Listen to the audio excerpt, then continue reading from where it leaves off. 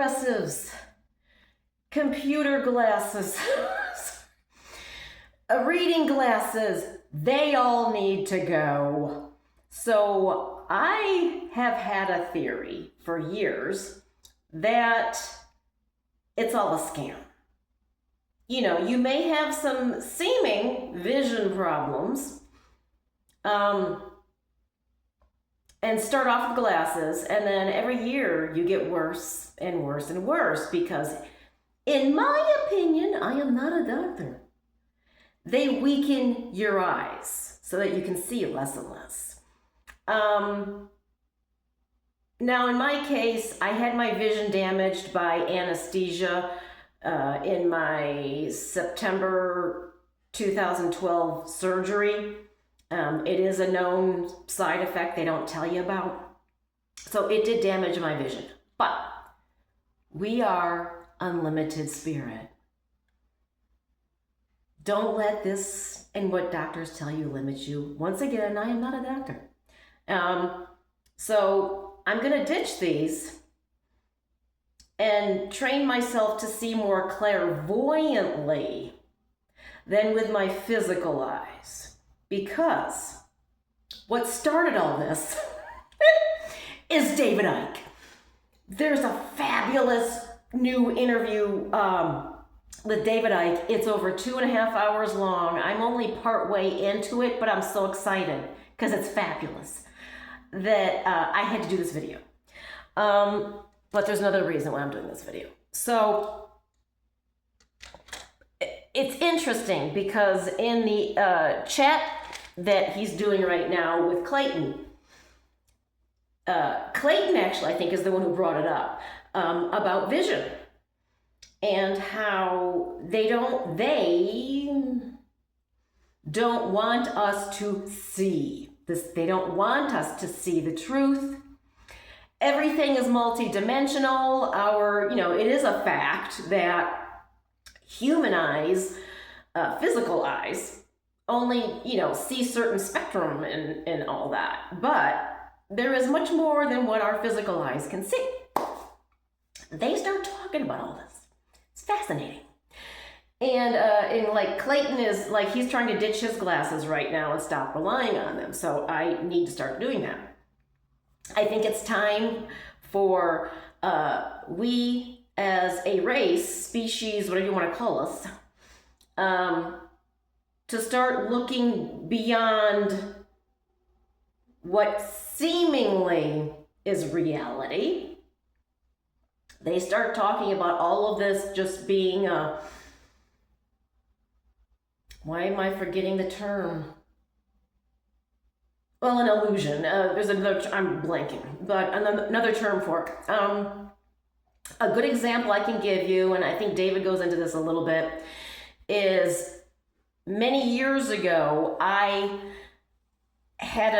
was getting a reading by somebody else, because I can't read myself, and the person said to me, they go, when you feel your consciousness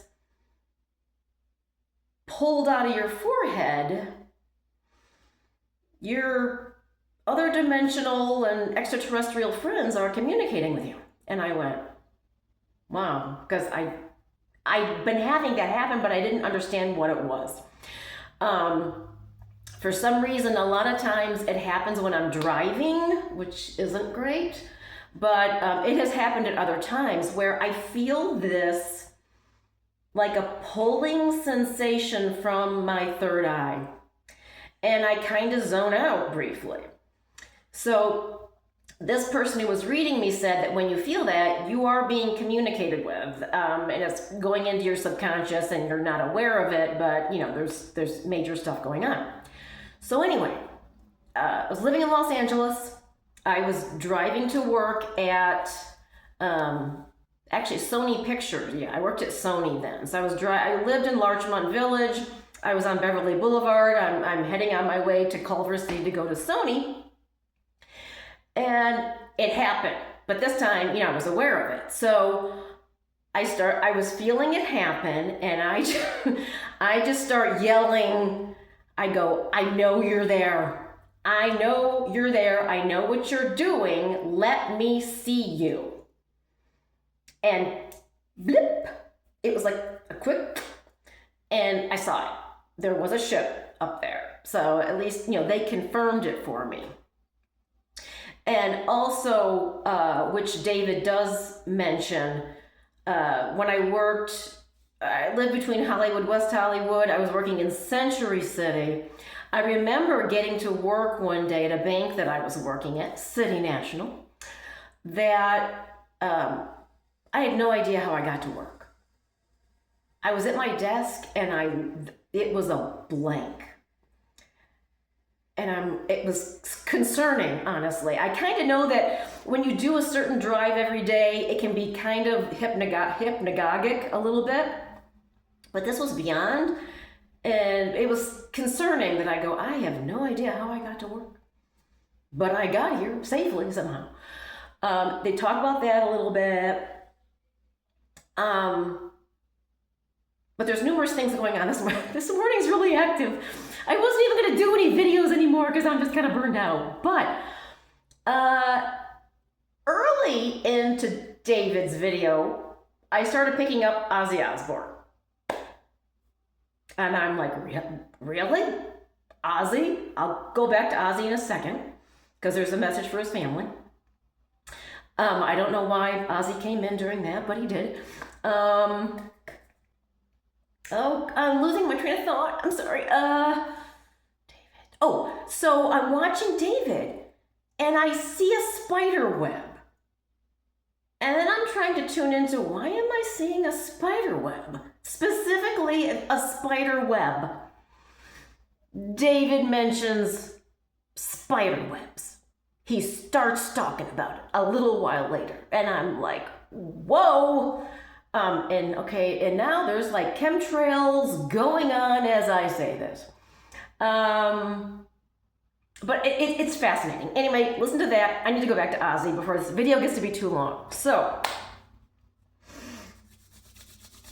okay, Ozzy, are you here?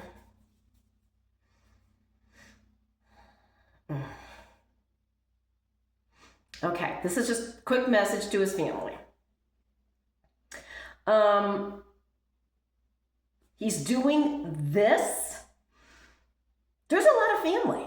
Like, he's doing this. His arms are like, I gotta grab everybody in, kind of a thing. To be honest, I actually just went and quickly looked it up because he's got more kids than I knew he did. I knew about 3. There's 6. He is giving Kelly a huge, tight hug right now. And he's love. Well, first of all, there's love. There's just tremendous love for his whole family. He's calling her a nickname. Actually, he's calling everybody a nickname.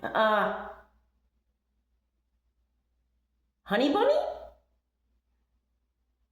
Something with bunnies, rabbits? Honey Bunny. I think he's calling Kelly Honey Bunny. Sending tremendous love. Take care of yourself. Jack, you're doing a good job. He's like, doing a good job, buddy. Sharon.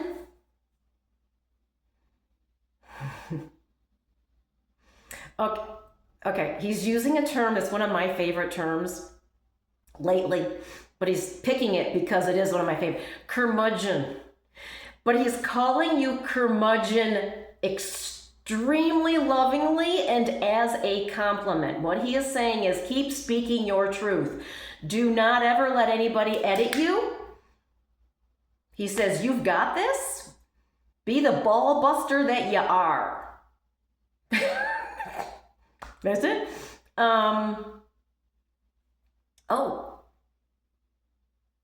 He's doing the live long and prosper thing, and he's doing it with both hands. By the way, I've never really seen him in concert, so I don't even know if this is a thing. Was he a Star Trek fan? This is stuff his family's gonna know that I'm not gonna know. But he's doing the live long and prosper to everybody.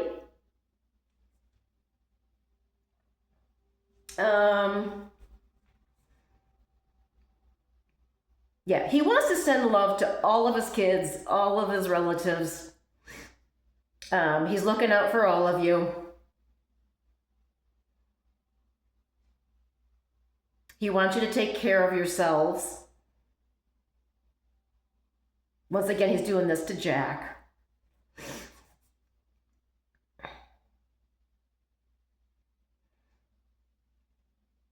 And he's saying, and by the way, I have an uncle with Parkinson's. So he's saying that the Parkinson's caused him to go even more inward. I feel like he was actually a very spiritual person anyway, but that when his physical body started somewhat betraying him, it caused him to go more inward. He's like, you don't need that kind of challenge physically to go more inward.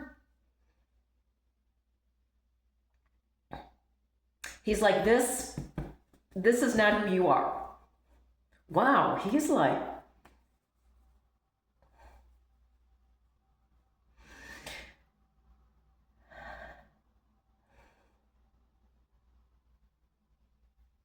wow, he's tremendous love. He's like, I'm still, I'm vegan. I'm still recovering from the whole bat thing like many decades ago, but it's like, yeah, he's a teacher. I'm teaching. He's like, this is good. He's like, I wanted to be a teacher. Is that a thing?